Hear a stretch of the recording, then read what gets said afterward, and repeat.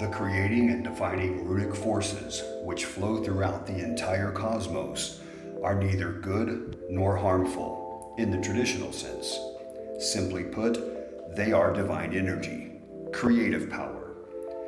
The energy that manifests into failure, sickness, discord, and other negative manifestations is identical to the energy that manifests into success, health, harmony, and other positive manifestations.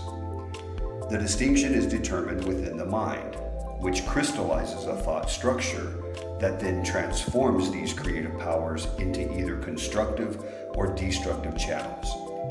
Therefore, it is critical then to keep your thoughts focused on the constructive and affirmative aspects of the positive while avoiding the destructive and denying aspects of the negative, so that only the good can manifest in your life.